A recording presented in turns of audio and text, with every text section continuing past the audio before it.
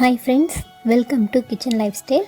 வாங்க இன்றைக்கி நம்ம வீட்டிலையே ரொம்ப சுலபமாக சாக்லேட் கேக் எப்படி செய்கிறதுன்னு பார்க்கலாம். இப்போ அதுக்கு ஒரு மிக்சிங் பவுல் எடுத்துக்கலாம். இது கூடவே ஒரு சலடையும் எடுத்துக்கலாம். 1 கப் அளவுக்கு மைதா மாவு சேர்த்துக்கலாம். கொக்கோ பவுடர் 1/3 கப் அளவுக்கு எடுத்துக்கலாம். பவுடர் பண்ண சுகரை 1 கப் அளவுக்கு எடுத்துக்கலாம். 1 டீஸ்பூன் அளவுக்கு பேக்கிங் பவுடர், 1/2 டீஸ்பூன் அளவுக்கு பேக்கிங் சோடா,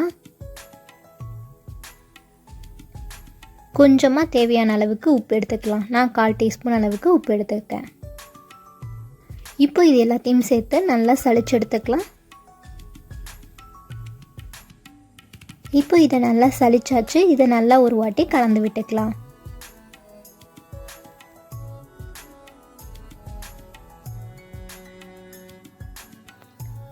இப்போ இதில் 1/4 கப் அளவுக்கு வாசனை இல்லாத எண்ணெய் சேர்த்துக்கலாம். 3/4 கப் அளவுக்கு பால் சேர்த்துக்கலாம். வினிகர் 1 டேபிள் ஸ்பூன் அளவுக்கு சேர்த்துக்கலாம். இது கூடவே வெனிலா எசன்ஸ் 1 டீஸ்பூன் அளவுக்கு சேர்த்துக்கலாம். இப்போ இது எல்லாத்தையும் கலந்து விட்டுக்கலாம். இந்த மாதிரி கலக்கிறதுக்கு பேர் கட் அண்ட் ஃபோல்ட் மெத்தட் அப்படின்னு சொல்லுவாங்க.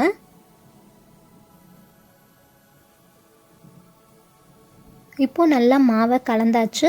இது ஒரு ஸ்மூத் கன்சிஸ்டன்சியில் வந்திருக்கு. இப்படி மேலே எடுத்து விட்டோம் அப்படின்னா இந்த ரிப்பன் மாதிரி அப்படியே விழணும். இப்போ ஒரு கேக் டின் எடுத்துக்கலாம். அதில் கொஞ்சமாக ஆயில் அப்ளை பண்ணிவிட்டு பட்டர் ஷீட் போட்டுக்கலாம். இப்போது நம்ம ரெடி பண்ணி வச்சுருந்த அந்த மாவு கலவையை உள்ளே சேர்த்துக்கலாம்.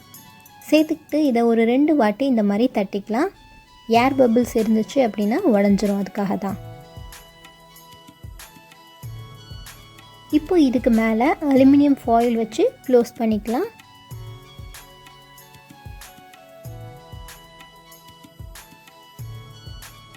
இப்போ ஒரு இட்லி பாத்திரம் எடுத்துக்கலாம். அதுக்கு மேலே ஒரு ஸ்ட்ரெயினர் போட்டுக்கலாம். இல்லை ஒரு தட்டு இருந்துச்சுன்னா அதையும் போட்டுக்கோங்க. அதுக்கு மேலே நம்ம ரெடி பண்ணி வச்சுருந்த இந்த கேக் டின்னை உள்ளே சேர்த்துக்கலாம். இது லோ ஹீட்டில் 60 நிமிஷம் போல் நல்லா வெந்து வரட்டும். அது வரைக்கும் வெயிட் பண்ணலாம். இப்போ இதை 60 நிமிஷம் கழித்து ஓப்பன் பண்ணி பார்க்கலாம். ஒரு 5 நிமிஷம் அப்படியே விட்டுடுங்க. அந்த தண்ணியெல்லாம் நல்லா வடியட்டும். அதுக்கப்புறமா எடுத்து பாருங்கள். இப்போது இந்த கேக் வெந்துருச்சா அப்படின்னு சொல்லிட்டு பார்க்கலாம். இப்போ ஒரு டூத் பிக்கை உள்ளே விட்டு பார்க்கலாம். இது க்ளீனாக வந்துச்சு அப்படின்னா கேக் ரெடி ஆகிடுச்சுன்னு அர்த்தம். ஒரு வேளை கொஞ்சம் மாவு வந்துச்சு அப்படின்னா இன்னொரு 5 நிமிஷம் நல்லா வேகட்டும். வெந்ததுக்கப்புறமா எடுத்துக்கலாம். இப்போ ஒரு பாத்திரத்தில் சுடு தண்ணி வச்சுக்கலாம். அதுக்கு மேலே ஹீட் ரெசிஸ்டன்ட் பவுல் ஒன்று வச்சுக்கலாம். இப்போ இதில் 1/2 கப் அளவுக்கு செமி ஸ்வீட் சாக்லேட் நான் ஆட் பண்ணிக்கிறேன். நீங்கள் டார்க் சாக்லேட் வேணாலும் ஆட் பண்ணிக்கலாம், உங்கள் விருப்பம்தான். இதில் 1/2 கப் அளவுக்கு விப்பிங் க்ரீம் சேர்த்துக்கிறேன். உங்கள்கிட்ட விப்பிங் க்ரீம் இல்லைன்னா அதுக்கு பதிலாக 1/4 கப் அளவுக்கு நம்ம சாதாரண காய்ச்சி அர வச்ச பால் சேர்த்துக்கோங்க. சேர்த்துக்கிட்டு இதை எல்லாத்தையும் நல்லா ஒரு வாட்டி கலந்து விட்டுக்கலாம்.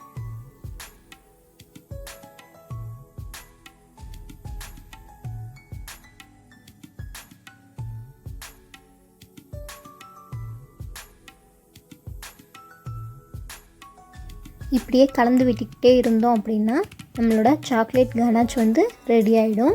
அவ்வளோதான். பார்க்கவே ரொம்ப சூப்பராக இருக்குல்ல. ரொம்ப ஷைனிங்காக அழகாக ரெடி ஆகிடுச்சு. இதை அப்படியே விட்டுறலாம். கொஞ்சம் நேரம் நல்லா சூடு ஆறட்டும். அது வரைக்கும் அப்படியே இருக்கட்டும். இப்போ நம்ம ரெடி பண்ண கேக்கை நல்லா சூடு ஆற வச்சிடலாம். கத்தியை யூஸ் பண்ணி இந்த சைட்ஸ் எல்லாம் கொஞ்சம் எடுத்து விட்டுக்கோங்க. அதுக்கப்புறமா ஓப்பன் பண்ணிங்க அப்படின்னா கேக் ஈஸியாக வந்துடும். இப்போ இந்த பட்டர் ஷீட்டையும் எடுத்துடலாம். இப்போ நம்ம ரெடி பண்ணி வச்சுருந்த இந்த சாக்லேட் கனாச் சூடு ஆறிடுச்சு. கேக்கும் சூடு ஆறினதுக்கப்புறமா இதுக்கு மேலே இதை சேர்த்துக்கலாம். இந்த கன்சிஸ்டன்சி நம்மளை பொறுத்த வரைக்கும் நம்ம இன்னும் தண்ணியாக வேணும்னா இன்னும் கொஞ்சம் விப்பிங் க்ரீமோ இல்லை பாலோ சேர்த்து கலந்துக்கிட்டோம் அப்படின்னா இன்னும் தண்ணியாக ட்ரிப் ஆகிற மாதிரி வரும். இல்லை உங்களுக்கு திக்காக வேணும்னா இன்னும் கொஞ்சம் நேரம் ஆற வச்சு ஃப்ரிட்ஜில் வச்சிங்க அப்படின்னா நல்லா திக்காகிற மாதிரி இருக்கும். ஸோ வந்து உங்கள் விருப்பம் தான் எந்த அளவுக்கு திக்காக இருக்கணும் அப்படிங்கிறது.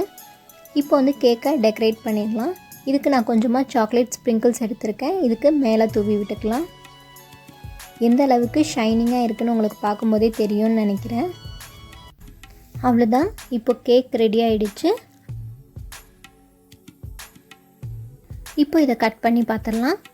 எந்த அளவுக்கு ஸ்மூத்தாக சாஃப்டாக உள்ளார இறங்குது அப்படின்னு உங்களுக்கு பார்க்கும்போதே தெரியும்னு நினைக்கிறேன். இது ரொம்பவே சிம்பிளான ரெசிபி.